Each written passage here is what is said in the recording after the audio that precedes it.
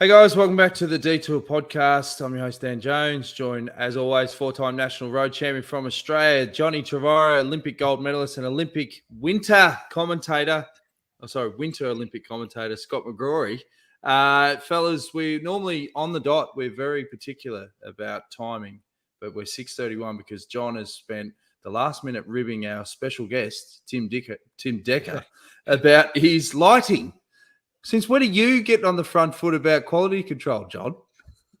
Oh, I'm sick of getting a whack from you all the time, so I thought I'd give someone else a whack for a change. Now, before we bring Tim on, Scooter, it's been a big couple of weeks for you, mate. You've obviously been rubbing shoulders with the elite commentary team in Australian sport. We're talking the likes of Hamish McLaughlin and the crew and, Stephen Bradbury. How was it? Oh, mate, it was great. I really did enjoy it. I've wanted to do the Winter Olympics. I'm a big fan of winter sports, and I'm a skier and, lived in Europe, watched a lot of Eurosport. And there's our gold medalist, Jakara Anthony. So it was nice to meet her as well. These photos in the future will look a bit strange because we're all masked up. And that's my daughter. Maddie? So that's she's still to become famous, but that's down the track. But yeah, Maddie came down and joined me in the studio and sat in with the commentary, put the headphones on and listened to the producer talking to me and barking instructions. And so great experience. Is Maddie wanting to go into media? Yeah, she was thinking about considering going to uni and doing communications and TV. Mm-hmm. So the goal was during the Tokyo Olympics to have her, because, cat out of the bag, we did the commentary out of Melbourne for both the Tokyo Olympics and the winters in Beijing. And I was hopeful of having her come down and just sit in the studio, sit near the director and in the control room and just see how TV's made. And for an event as big as the Olympics, you can imagine how special that would be. COVID ruined all of that last year during the Tokyo Games and almost did the same this time for the winters. They wouldn't let her go into the control room. I did show it to her, but she didn't get to sit in there and actually watch the way TV's put together. But she was allowed to come into the commentary booth with Steve Bradbury and I. And we have that would have been a buzz. Yeah, it was cool. We have three commentators' positions, boxes. So she was able to put a set of headphones on, put her microphone on mute, so she didn't say anything. But she could just listen to the commentary, and as I said, listen to the producer talking to us about what's coming up, what to do, when to stop, what to pause. She's had that sort of insight that normally a uni student wouldn't get until they were further into a course, perhaps. The main thing is, you as a commentator, you want to just do enough to get the gig for the next one. Do you think you've done enough to get the call back? I think so. You never know. So the TV industry, the way it works in this role is there's very little praise. I may have mentioned this before. No news do the is job. Good news. Yeah, but no news is good news because especially with the Olympics, right? So you finished your job commentating for me, speed skating. Everybody else in there is already on to the next thing. And they've already been onto it for a while because they were getting ready for when we stopped. So there's no instant feedback, that's for sure. And occasionally, you'll talk to some of the bosses and they'll say, oh, mate, loving what's going on with the speed skating. The ratings have been good. They increased the number of events that I was to commentate. And they also had me commentating on my own a few times originally. And then they changed that and got Steve Bradbury, negotiated with him to come in and do some more with me, which meant, that they were happy, and the ratings were showing that speed skating at the time of night. I'll give you a thumbs up, Scotty. I thought you did a great job. So if you want Thanks, Hey, that's huge. You. That is huge. Now, John does not like to lay praise on yourself or me. And if he's giving you 2 thumbs up. And it's much like this show, John. If I don't call you afterwards, it was a good show. No news is good news. He likes to lay it on us in other ways, normally. The thing with speed skating, guys, is once I got into it, and look, there were a couple of times I called the skaters riders, and then I'd go to call them riders and then have to correct myself. Old habits, die hard. But it's so similar to track cycling. And the last day we had the mass start. I don't know if you guys saw the mass start race. It's a scratch race on the track. Exactly the same. Yeah, it was really good. Breakaway attempts. Well, that's a good segue. Track cycling. John, introduction for our special guest, Tim Decker. Well, Timmy Decker, Decker, he's getting called everything. I called him Timmy Dicker before. That was a faux pas. Timmy Decker is one of our great coaches. He's been the Australian Olympic coach for the last two games, and he was, I think, development coach in 2012 as well. So very involved in the progression of Australian cycling. There he is, great photo there with the boys, and been super successful. I saw him at the finish line of the Warrnambool on Saturday, and he raced in the Masters Warnie, so he's still pretty fit. Remembering he won the actual elite Warrnambool not that many years back, so he's been a pretty handy bike rider himself. But he punctured in the Masters Warnie on Saturday. Wasn't happy about that. So he's got an iffy story. Got an iffy story, and it was won by former head of Australian cycling. Stephen Drake. Stephen Drake, legend, and what a ride! Rode clear on by Steve. Yeah, Steve's. He's that big a legend. You forgot his name. Stephen Bradbury. Oh no, the other one. Yeah. So anyway, Timmy, legend himself, great coach, but he's moving on. So we got breaking news, Johnny. Well, we know that he has left Cycling Australia and signed on with another country, but I reckon we're going to break the news today. Well, I know. I'm going to tell it. Well, anyway. Take it away, John. Open up the batting. Here's Tim Decker. Welcome to the Detour. You blokes have an issue with last names, don't you? Yes. That's right. Really struggling there. We do. Anyway, we're hopeless at the best of times. Don't worry about that. I'm glad you moved on from the Dicker and got to the Decker. Much better. better than the Dakar.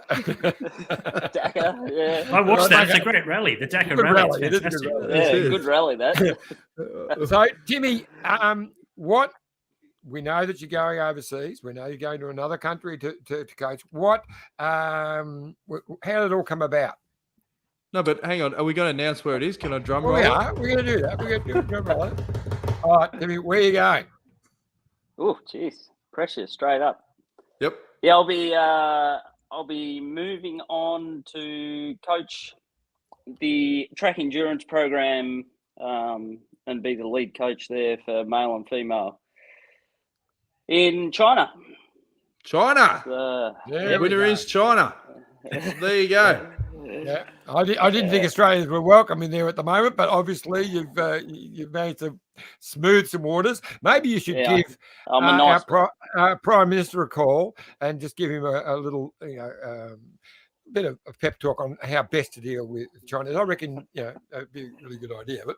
Anyway, that's up to you, mate. Yeah, no, I don't want to get involved in that. Yeah, no. John started hot, and then he starts to taper off. He'll come back at about the 30-minute mark. Yeah, let's get back. Yeah, that's right. But, mate, it's obviously been a big story today. I saw a break on Cycling News and Cycling Central. And, Scooter, you know more about this because it was about the report that went into Tokyo and what happened with the equipment, and people wanted answers. What was the fallout or the recommendations from that report, Scooter?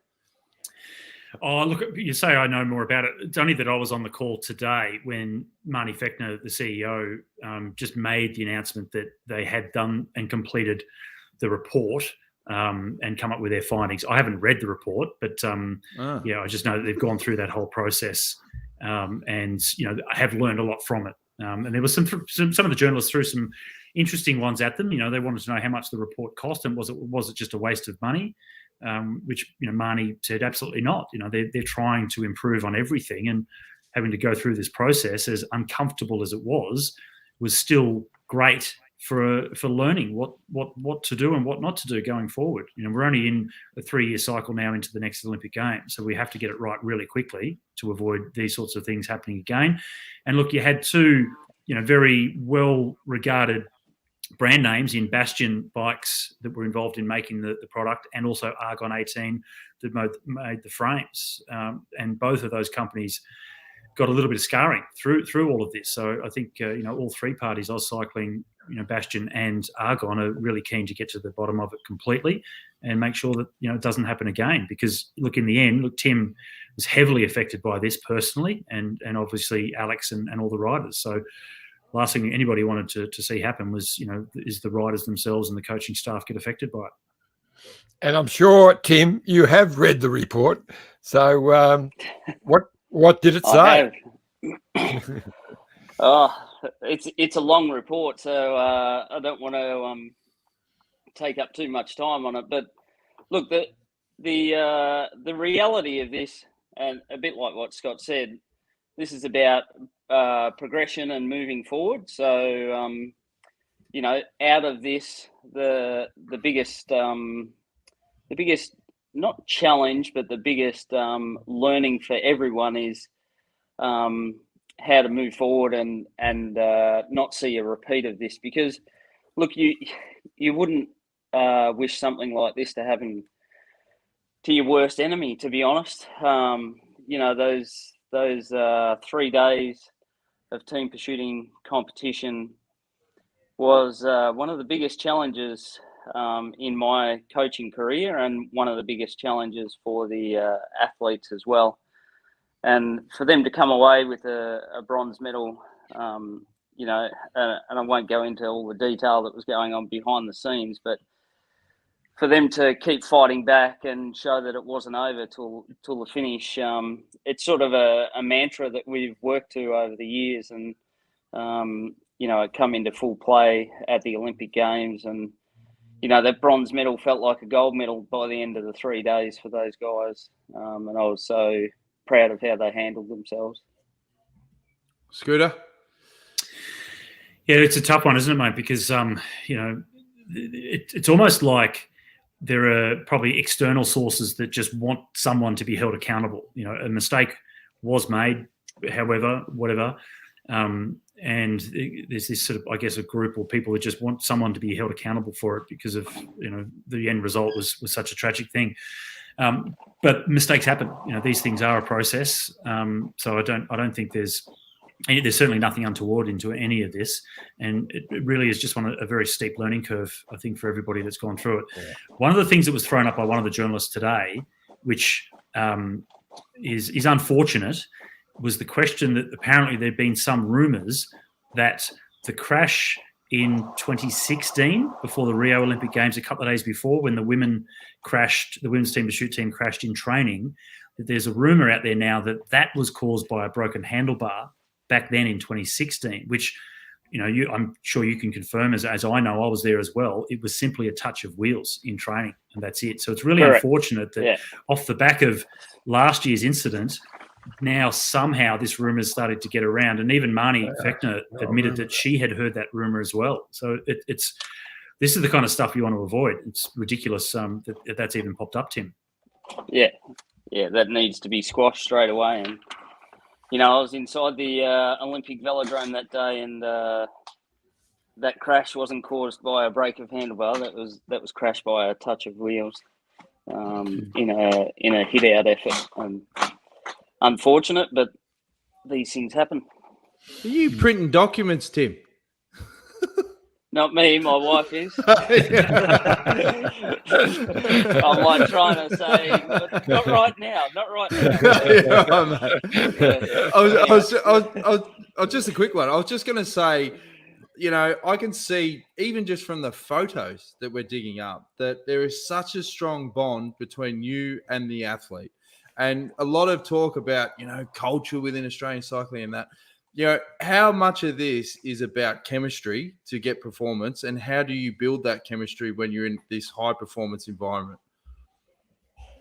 Well, I think that it's a bit twofold in regards to, in the report, it talks around culture, and then there's, culture within your group and the group you work with day in, day out.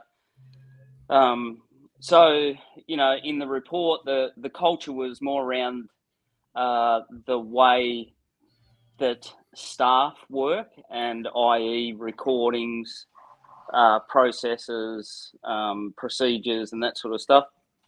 And then there's, the culture that I really focused on was inside the training group, and, with the guys and the girls a lot.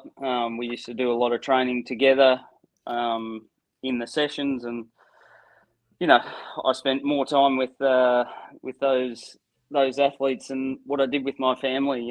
For a good 8 to 12 years, just about. So, culture is one of those things that you're living every day, and we had a really, really tight bond and belief in each other, and that's what helps get athletes to the a level that they dream of.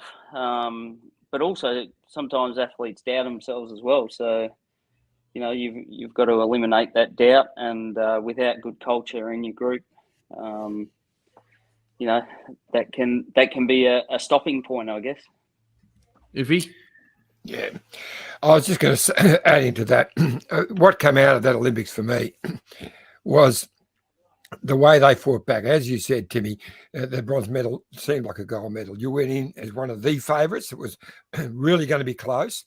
And then that first race, that crash was so severe. You virtually lost your starting man. He did one more ride, but he wasn't the same person. So everything got changed. And the way they just held themselves, we were all proud, and I know you were. So that's the main thing to come out of it. Now, I want to now get to what brought on this decision. What made you think you needed to move on? What was the catalyst to that? Oh, look, it's not just about moving on, but it's about myself as a coach wanting to keep improving as well. And so I've been through a couple of Olympic cycles. Had a lot of experience with all different styles of athletes. And look, I never probably had a dream of coaching elsewhere, but there was an opportunity put to me, which is actually quite exciting, and it'll be a bigger role. So, the challenge of overseeing male and female track endurance. At the moment, China hasn't competed except for the lady that competed at the Olympic Games in the Omnium. They haven't competed across the board at any UCI events for quite some time now.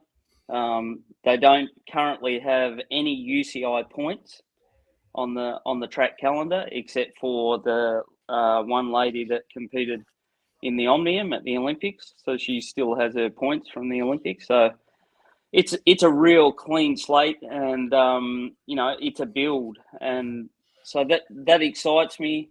China is probably the sleeping giant potentially of cycling, so it'd be really good to see if I can have an impact in that area. And when I think about that, I think about the world of cycling, and if I can have an impact to make them more competitive across the world of cycling, then that's better for everybody. It might create another bit of competition for Australia, but to be the best, you got to beat the best, and we should never be afraid of that, and should always be wanting to. There's a couple of sayings. Yes, you can only beat the opponents that are in the race, but then also you want to beat the best in the world.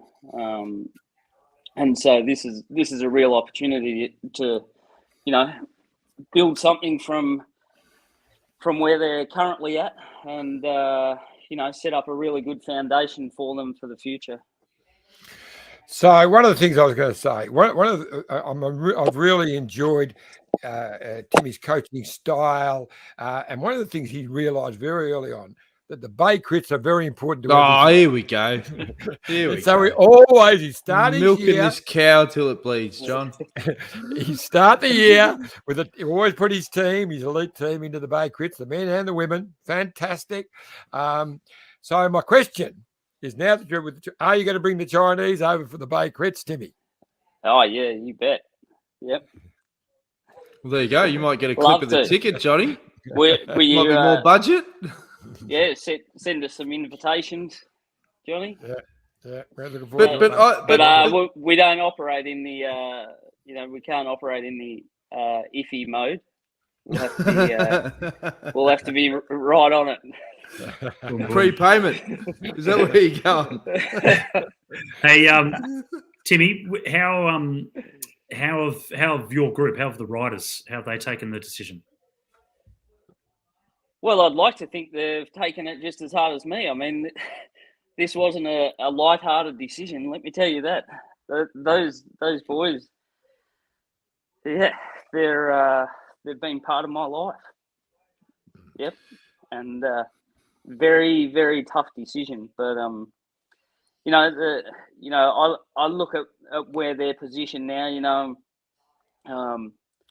We'll get some plugs in here, but you got Cal O'Brien in the BikeExchange team now, so turned to World Tour, and Plappy's set up at Ineos, and Sam's in DSM, and a couple of the younger guys like Jensen Plowright at FDJ with Miles Scottson, and Pat Eddy's in DSM as well. So they're just starting another journey at the moment, and really need to set their sights on establishing themselves in that pro peloton, and really making a foundation for their career, so that they're set up for the next 10 or 15 years. And look, I hope they still compete in track, but whether that's straight away or later on in their career, that'll be up to them and their decision, I guess. Now, we're going to bring in now another guy that knows something or two about building culture, and that's Matthew White, head DS for BikeExchange Jayco. Whitey, we were just chatting with Timmy then about he's made the move. He's going over to China. He's had a lot of connection and a lot of results for Australian cycling. But we could just hear in the voice just before the answer, how connected you become with riders and their journey and all that sort of stuff. What are the keys to building sort of that culture to get success? And you must connect when you do make a change. You go to different teams. You would have had that when you left Garmin and went to Green Edge. Yeah, I suppose the job of a good coach is to have buy-in, and have buy-in. You've got to have a relationship with your athletes, and because you are part of the journey, you are taking them on that journey with you guys, with you. So Timmy's done an incredible job over a long period of time, and it will be a big loss to Australian cycling. And I certainly wish him all the best in his adventures there. But he has created a really good culture, and now, like he said, we're a professional. Those guys are taking the next step into their professional road career, and now it's our job to continue their development on the road side of things. And I do hope as well that they do go back to the track. Like Tim said, maybe it's the world titles, maybe it's the Olympic Games, wherever it may be. But the foundation is there because of what Timmy's set up over the last 8 to 10 years. Iffy? I was going to say, you've had a little bit to do with racing in China. You've taken the team over there, and you're also involved with a development team in China. What tips have you got for Timmy about his first trip over to China? Deep fried.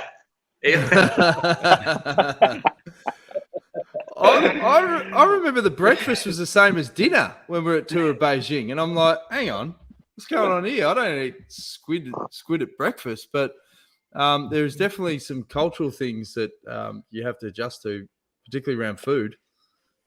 Oh, look, it'll be a great. I think it'll be a great experience. And Timmy, you're going to be able to we're having a bit of a chat there at Down Under in January. You're going to bring over some of the team to prepare in Australia before in periods during the year as well.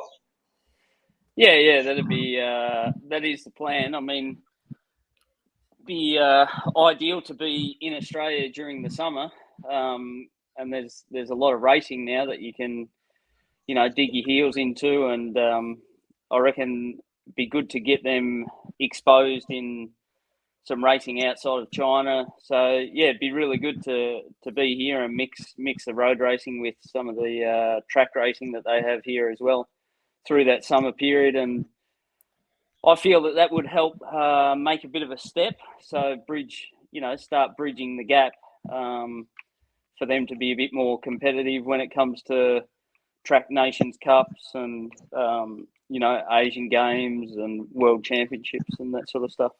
So. Scooter? What's Tim? What's this first step? So what happens now? You made the announcement. It's been brewing for some time now. What's the next step? When do you go over there and what do you think? What are you expecting for this first sort of month or two? Yeah, I've got a bit of a plan mapped out so far. So leaving on Sunday, providing I pick up my visa tomorrow. So providing that's all fine. Leave on Sunday. You printed it off, so you should be sweet. Yeah. Yeah, just forged it. No. Sounds like an easy story. Yeah. John just emailed it through to me. That's it. 200 cash. No, it's starting next year's bakery. Yeah, that's right. That's right. No, look, leave on Sunday, and then have 3 weeks quarantine. So that'll be challenging to kick it off. 3 weeks. 3 weeks. Yeah. Wow. Really? Yeah. Yep. That's making sure that you are crystal clear, ready to rock. Yeah. Yeah. We'll have to sling you a hard drive full of movies, mate. Yeah. I'll be able to watch some more detour podcasts and all that sort of stuff. Don't worry, I'll have a watt bike in there. I'll spend some time filling in some hours riding my bike as well. But no, I'll be I'll leave Sunday, be there Sunday night, 3 weeks quarantine. The time zone's not so different. It's only 2.5 hours, so I'll be doing some work throughout the days. Starting to work through a bit of an athlete list. And then the day I get out of quarantine or the day after, there's a competition, a local competition, track competition that I'll go and watch. That goes for 4 or 5 days. And, after that, then I'll head to Beijing. So where the base is in Beijing for a week. And then about 2 weeks after that, they've got their track nationals.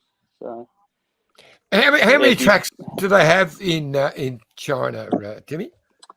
From what I know, they've got 9 indoor tracks, and then they've got an endless list of outdoor tracks. So I'll plan on checking out all the indoor tracks, definitely. Just to look at the ways we might, where we might do preparations. So that'll be a good venture as well. And if they've got a juicy budget, that Bay Crits will definitely happen. You'll be staying on the penthouse there on the water at Geelong. Don't worry about that, mate. You get whatever you need. And March Labor Day long weekend in Victoria for the Bendigo Madison as well, no doubt. Yeah, that's right. No doubt. Yeah, hey, Whitey, got a question for you, Whitey, about because we talk about the Tim's track guys, and now you've got you've got a couple in there, but with Kel O'Brien now. Is it easier? It's perhaps a bit different for you because of the way the team started and your Australian background. But is Elia Viviani, Filippo Ganna, Consoni, are these guys, or even Wiggins and Geraint Thomas? But has it been made a bit easier lately to allow trackies to cross over back and forth? Because for a while there, it was impossible. You had to make a big decision and give up the track. But with these guys and the results they've had, both on the road and on the track recently, does that make it more favourable for guys like Kel O'Brien to switch back and forth in your eyes? Yeah, it certainly is. And when you look at the Italian team, three of their four team pursuers are well-established road riders. So I don't understand the mechanics of how they're chopping and changing so efficiently, but if the Italians can do it, anyone can do it. It's even the Danes. The Danes were doing a good job. We've also got in our team from New Zealand, who's the Omnium silver medalist at the Olympics. So it's definitely possible. I think what's making it possible is probably the amount of road days that they don't do. So the guys are not racing. Most guys are racing between 60 and 75 race days a year. So there's a lot more periodization where they can go away and go to a track camp, come back and get back stuck back into the road again. So I think it is a lot easier to transition in and out of road and track than it was 10 years ago. All right. Well, we're going to take a quick drinks break, but Iffy, I'll just have a quick yap on the River and Ranges plan. You've sent a private message. What's all that about? Well, just before this, we started the podcast, I had a little meeting with Sissy Hosking and Johnny Beresford up here at Nagambie, and we're working on a master plan. I thought, well, we've got the boys here because they all know how great this region is for cycling. So we're working on, there's just so many hidden gems. So a master plan for this, for the Goulburn River and ranges. So it's a cycling master plan. And so what we're doing, we're talking about, I'll get this thing up here. Sponsored by the Chinese track program. Well, it's about competition. It's about having some fantastic races in the We area. could get some more Michelin wine to China. This could be a contra. But there are so many wonderful cycling routes around here. You go off into the Strathbogie Ranges here, and you get some of the amazing gravel rides, which is something special. And it's all only 90 minutes away from, actually probably an hour from the western suburbs of Melbourne, or northern suburbs of Melbourne, and it's just a wonderful place with all with so much to see and do in the area. So many great little, of course, Middleton wines and places like that. But Nagambie's just one part of it. Seymour, all the area around there. Just amazing. So we're working on this new little plan. So you guys have all raced here, Sun Tours and other races. What are your thoughts on this wonderful region? Well, I've got all three of you. Too hilly. Too hilly. All right, it's off. It's off. The Rivers and Ranges is done. Johnny, question to you. Does that include, and this would be for Tim to bring the Chinese riders out as well, Kerwin's Bridge? You could do some skills training across Kerwin's Bridge. Well, we can ask Whitey about that. Whitey had to go at it. Whitey had to go at it. He didn't go too well, if I remember rightly, Whitey. Yeah, we'll better explain to the viewers and the listeners what Kerwin's Bridge is. It's quite a long wooden bridge, what we call in Australia a picket plank bridge. And if you can ride across that on your own without going over the handlebars, then you're doing pretty well. It is the best picket plank bridge I've ever seen, or worse, whichever you want to put it. Why don't you let Whitey tell the story? It's about 500 Get to the story, John. It's not about you. Back to Whitey. It does bends. Anyway. Okay, Matt, can you please tell us a funny story to cover up that waffle? We're on a training camp there in December training camp, staying at Nagambie, and we just went for a bit of a ride. And I thought I'd join the lads.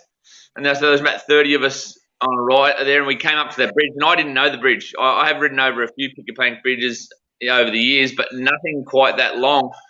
And so back in I didn't know the state of the bridge, and it's pretty bloody bad.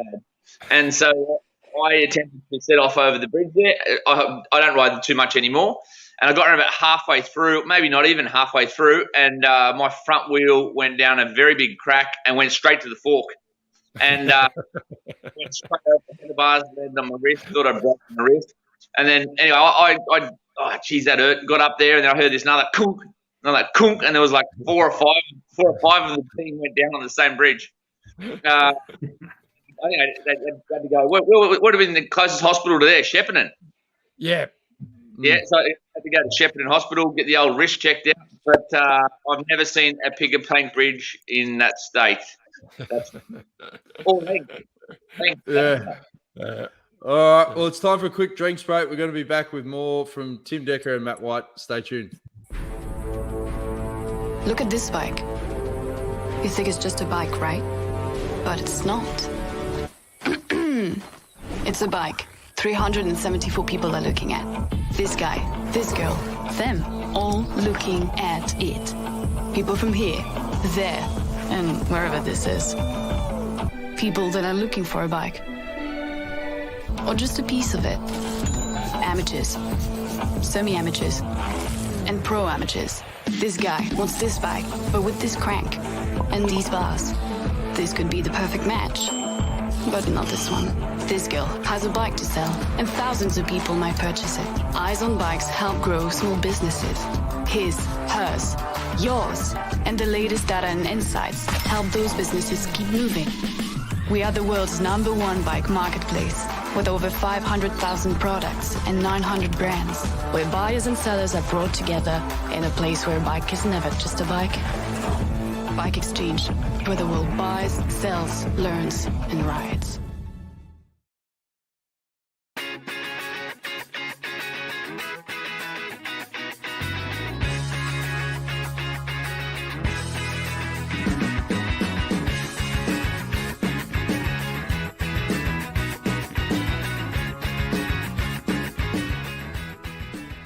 Are you dreaming of the ultimate cycling holiday? Mumu Cycling is the best in the business. Official tour operators for all Grand Tours and monuments, you will ride the best climbs. Enjoy VIP access and race viewing, all hosted by some of the world's best pros, including 17-time Tour de France rider and Paris-Roubaix champion Stuart O'Grady. Start planning your ultimate holiday at www.mumucycling.com.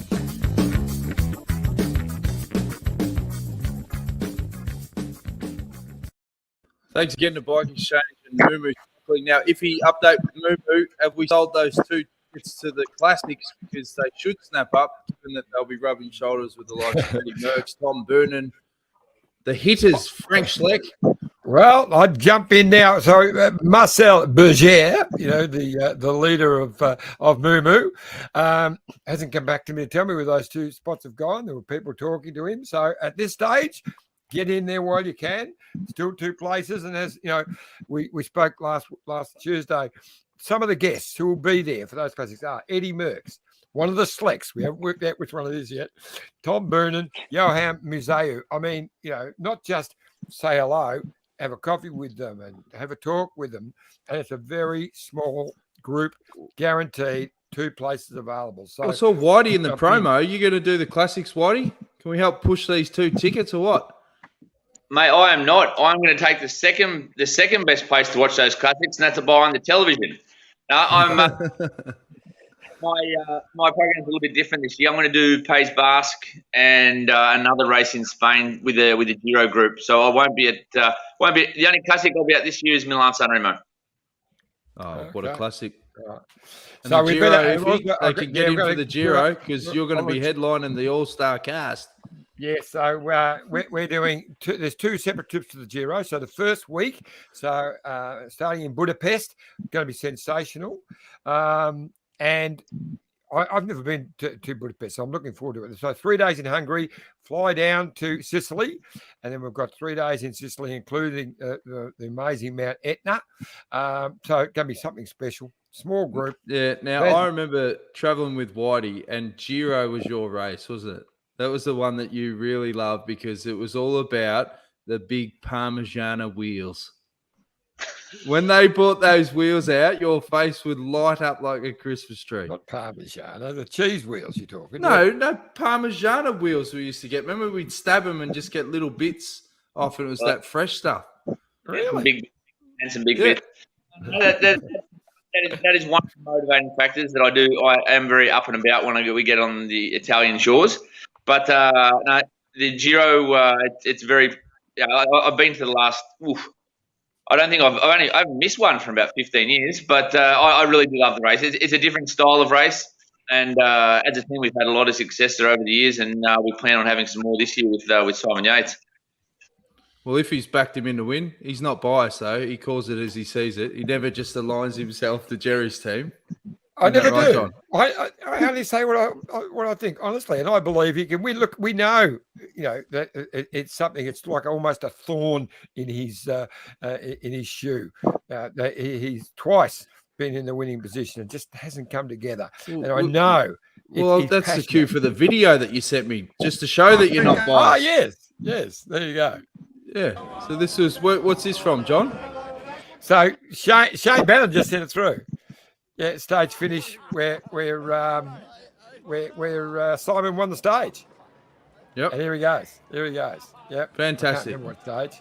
Yeah, Yep. Sensational.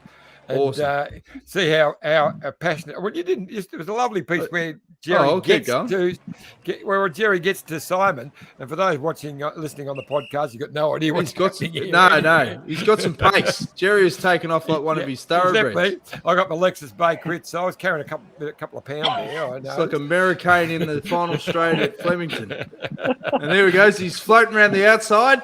He wants to get in for that classic owner hug, and there it is. That's as good as it gets. Pretty special.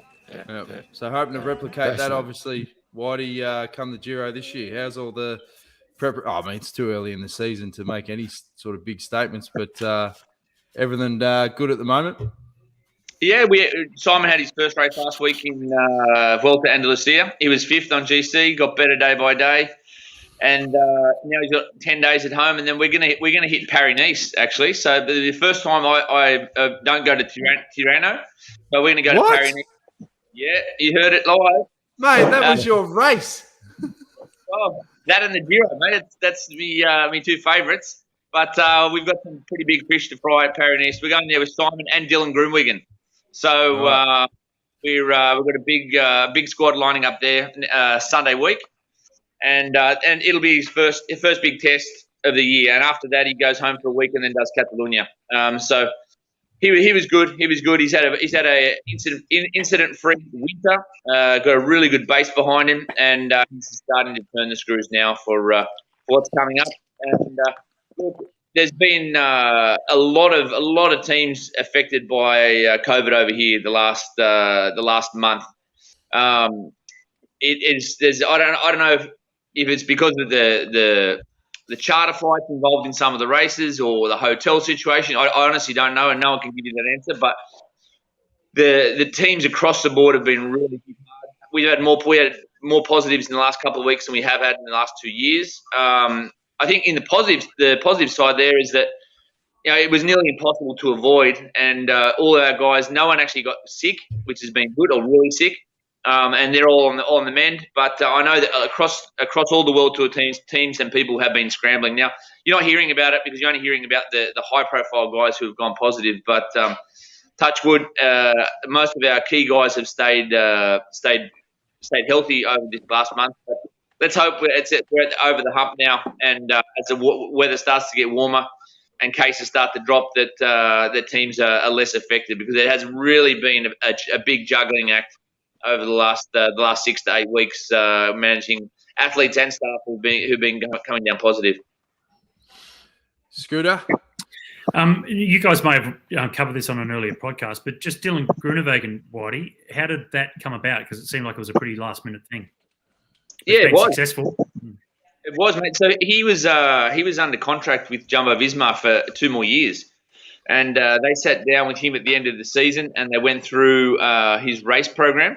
And they made it clear to him that while Primož Roglič was in the team, they would be targeting general classification at the Tour, and that there would be no spot for a sprinter. So Dylan's had a pretty up and down year and a half before that. He's at the prime of his career, and he thought, well, I've missed 2 Tour de France's, the last 2 Tour de France's, and that's coming from a guy who's won 4 stages already, and he wanted to do the Tour. And a couple of connections were put in place, and then he spoke with Jumbo about the opportunity for them to let him off his contract so he could go chase his dream of winning at the Tour. And he's had a great relationship with Jumbo. I think he was there for 8 years. He had only ridden for one other team in his whole career, and they let him out of his contract, and he landed on our laps. And it's been a very, very good pickup, and one that it will be a game changer for us for this season, or for the next 3 seasons. I'll tell you, he's smart.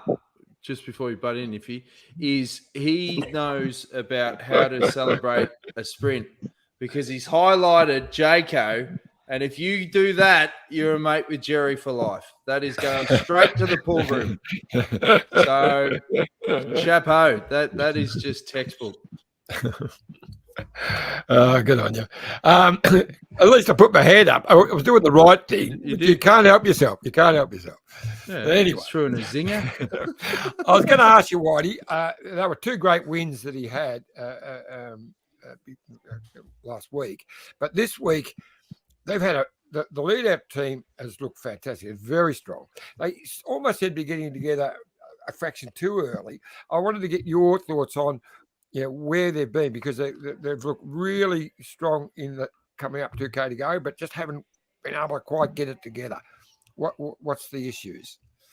Oh, look, they're working through it. I think the bigger it's a strange race, UAE. For example, the first stage there where Dylan got caught on the right-hand barricades, there wasn't a single corner for 55 kilometres. And so it was a pretty negative race. There was a lot of headwind. And everyone out there, except about 20 riders, is a big bloke who's participating in the sprints. And no team really got that first sprint right. I think there's a couple of different styles to run those trains. Obviously, the bigger the train is, the more complicated it is to get it right. And then also, Luca Mezget's, he has a certain style of lead-outs as well. So they've been experimenting with a couple of different ways to do it. I know there's a very big sprint day on today, but today and tomorrow are the last two sprint stages for UAE. So I wouldn't be surprised if we change our tact a little bit for these next two stages coming up. I think we've tried to come from behind and come behind with numbers, but it's always messy to get five guys through when you try to do it like that, especially when you don't have key corners or the race has been that hard. But it's a work in progress, and we've got some horsepower out there. We've got, like I said, a couple of world-class track riders, Kel O'Brien, Campbell Stewart, and then some other guys in front, Caden Groves in front of, and Luca Mezget's all in front of Dylan. So we've got the horsepower, and I'll be really curious to see how they nail it today. Guys, we need to mention the live comments. Chris Blockley, morning, boys. How are you, mate? Fitness Cycling says, do you think cyclocross should be in the Winter Olympics, Scott? No, I don't. Okay, moving on. Well, it's in the winter, but it's not like all of the Winter Olympic sports require snow or ice, and you don't require snow or ice for cyclocross. You have it sometimes, but it's not a requirement. So no, it's not a Winter Olympic sport. All right, we'll tune up your questions, Fitness Cycling, for the next time. LinkedIn user says, have I missed the big announcement? Yes, you did. Tim Deck is going to the Chinese track program, and he's going to start at the Bay Crits next year on a massive sponsorship deal. Jamie Finch says, great work on the pod recently, guys. There's been some great guests recently. Ask Timmy about the puncher that ruined his Port Campbell to Warrnambool. We did mention that earlier, but have you got any other insights, Timmy? Have you gotten over it? Well, I don't think the person I yelled at will get over it for a little while. What, he sticks up in your tyre or what? Tax? No, just no. There was a guy just in front of me. We were working up the line, and no one pointed the rock out, and I just T-boned the rock and had a big tyre blowout. So that was a bit average. Then tried to change the wheel and jump in with the scratch markers, but missed them by about 10 seconds. Ian Thomas, he's a regular. He says, congrats on your new position, Tim. It'll be interesting to see the improvements by Paris. Let's hope your team will be good, but not too good. Australia for the win. Do you have expectations on what you think would be a really good result by Paris? Well, of course, I have expectations, and as does China. But one of the biggest goals. So this is really a long-term vision for them. So one of the biggest goals for Paris is to qualify in every endurance event. So that'll be a big challenge. One, because there's Madison, Omnium, and Team Pursuit, and then they have goals around Asian Games and events like that as well. So probably events that you don't hear about quite as much, but they're actually quite prestigious throughout that region, and certainly helps set athletes up for life if they, it's a real game changer for athletes if they win gold medals at Asian Games and that sort of stuff. So, so by Paris, I mean, the first goal is to qualify China in every event for the endurance program, and then on top of that, we'll be seeing how competitive we can get in trying to win a medal. I've got a comment, another one. Samantha says, Scott, I loved your commentary at the Winter Olympics. I've learned so much about Jumbo and its speed skating team. Did I hear you say that Fabian Cancellara did speed skating? No, Fabian's name came up a few times with skaters that had him as their sporting hero. Okay. And Steve Bradbury, he was going through to pick out anyone. Peter Sagan was one. Anyone that had a cyclist as a sporting hero, he always bring it up for the connection with me and cycling. So yeah. But he would have been a good speed skater, big, powerful man for sure. Nicholas Bird, great guests, guys. Well done. And Annette Miller, Whitey, great rides last night by Damo and Luke Platt. Damo 5th on the stage as well, I think. Yeah, well, it certainly was. It was probably the best ride we've seen Damien Howson doing a World Tour event. Really good, amongst very good company. Long climb, and I think they do it again on the last stage, maybe even twice. I'm not sure, but there's not too many options in the UAE for climbs, but it has been done before. But it's a really good ride, and Luke Plapp played a really good support role as well for the likes of for Adam Yates, who finished second on the stage. And Seb Berwick was 14th, I think. So youngster from Queensland that's riding for the Israeli team. So he's starting to find his legs as well. Yeah, I did notice him up there.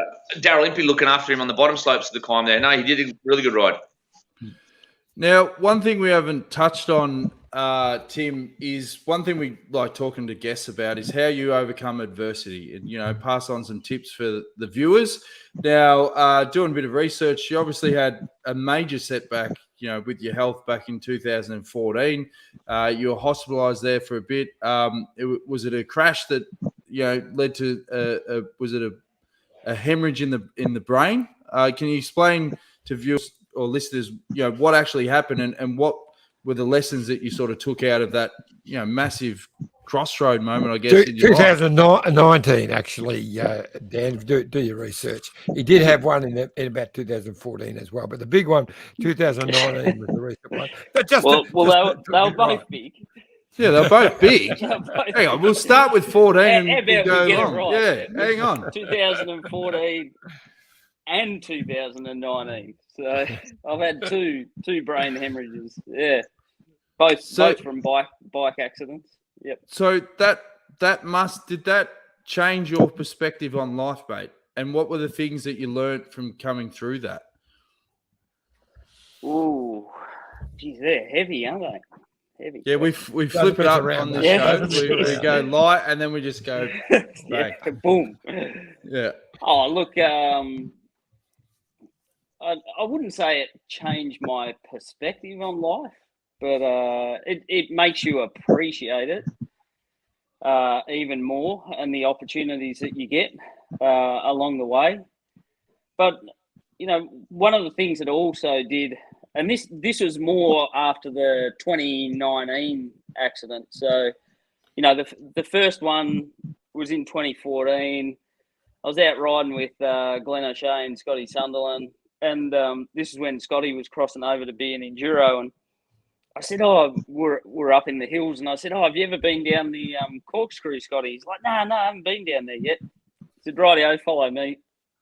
And so I thought, I better go reasonably quick so that they, they don't think I'm an old fool going slow. And so I'm ripping around a few corners and then get on the straight bit of the corkscrew, and there was a change in road. So, not change in surface, but there was like this little lip in the change of road, and hit that at about 75k an hour, and my front wheel just exploded and collapsed underneath me. And I tumbled over the bars and, had a bit of lost a bit of sense and that sort of stuff. And of course, it was the first day of the school holidays, and I'd promised to do a lot with the family. So, stubborn me thinks that I'm going to ride home, my front wheels in tatters, and Glenn and Scott are like going, Tim, you need to just sit down because you got no idea what you're doing. But that was, after that accident, I was just very determined to get back to full health and, play on and show that, regardless of setbacks, you can make good comebacks, or it's really a mindset thing that keeps you driven. But actually, after the second one, which was another bike accident, and that was caused by some people not pointing out rocks, and about 5 people who fell off in front of me. And I had nowhere to go. I thought I was going to jump over the guy, and I started bunny hopping over him, but his bike flipped up and hit my bike mid-air, hit me head. Again, got up, thought I was going to ride home, and I was in another planet, apparently. The second one was I had to really make a choice, and the choice was someone's home. Don't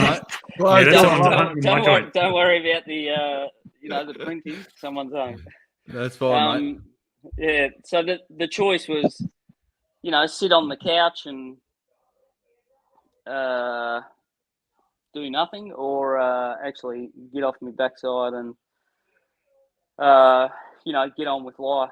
Because that was two knocks to the old noggin, which is probably full of concrete now, people tell me. But it was a lot tougher that second time, and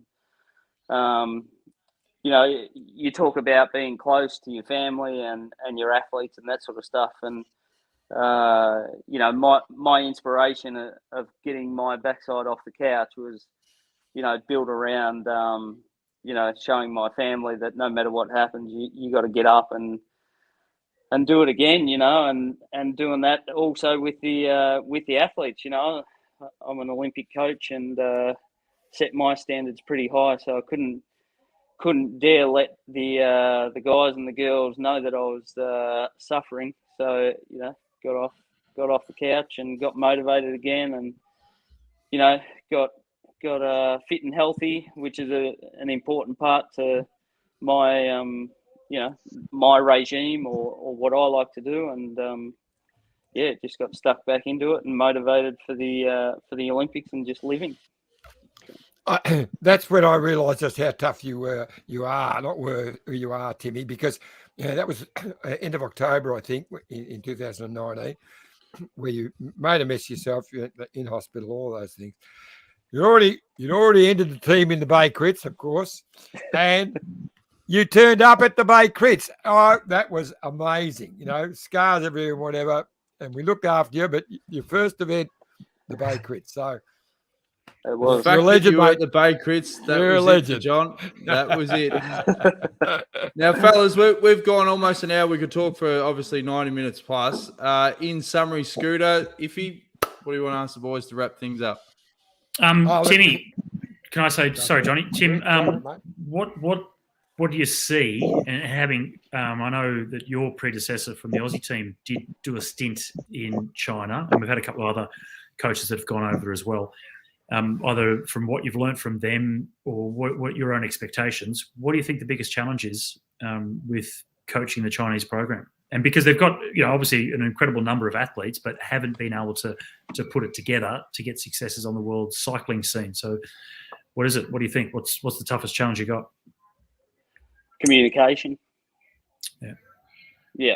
If I can nail the communication and build the relationships, then that will help build the trust and the respect between each other, which is super important. I know that is so valuable for them, and it also is for me. And if we can nail that, then anything's possible. Does that mean you have to learn Mandarin and brush things up there? Oh no, I've got a 24/7 interpreter. Translator. Yeah. Translator. Make sure you can trust them first and foremost. Yeah. Well, that's number one, isn't it? That's right. Whitey, I'll let that one go. Timmy, great to have you on. I'll go with Whitey. An exciting year popping up. Like Dan said before, I believe that Simon Yates can win the Giro. But I noticed Because one of his challenges, of course, is time trialing. And I know they're all real wrapped in the giant bikes, and that's going to have a big input. But I noticed that his brother has really stepped up his time trial. Did a great time trial 2 days ago. So how's Simon going in his time trial path? Oh, The unfortunate thing. sorry, That's mate. it, mate. No, you're back on. Your audio just cut out there. The unfortunate thing these days, Johnny, is the amount of time trialing that the guys don't have. So he's only going to get one time trial in before the Giro, and that'll be at Paris-Nice. And it's a short one. I think off the top of my head, it's like 13 kilometres. And then even in the Giro itself, it's the smallest amount of time trialing kilometres since 1960. So it wasn't too long ago that 30, 40K PTs were all the go in the Grand Tours, and it certainly has come off a little bit depending on which Grand Tour you go to. But no, he's good. He's good, mate. He has actually won the time trial in Paris-Nice in the past. So he's been working on his time trialing. It's not as big a factor as the Tour de France this year. We doubt him he's getting ready for, but no, he can do a very solid one when needed. All right. Well, it's been fantastic having you on, Tim. Fantastic insights, mate. And we wish you all the best with your new role over there in China. And we hope you get through those 21 days quarantine without any stress. I'm sure you will get that Watt bike. And Whitey, you've obviously been a regular on the Detour, and particularly at the Grand Tours, mate. And whenever we get you on, the fans absolutely love it. And that goes to you as well. Scooter, you're a regular on the Detour. We appreciate that as well, mate. And Iffy, just make sure that you keep polishing up that delivery, buddy. Tweak it. Yeah, and make sure youtube.com/the Detour podcast. Like, share, subscribe. Thanks, fellas. Thanks for tuning in, guys. We'll see you again next week, Thanks. Thursday, 6:30 p.m. Australian Eastern Standard Time. Till then, take it easy. This is the winning ride of the Tour de France.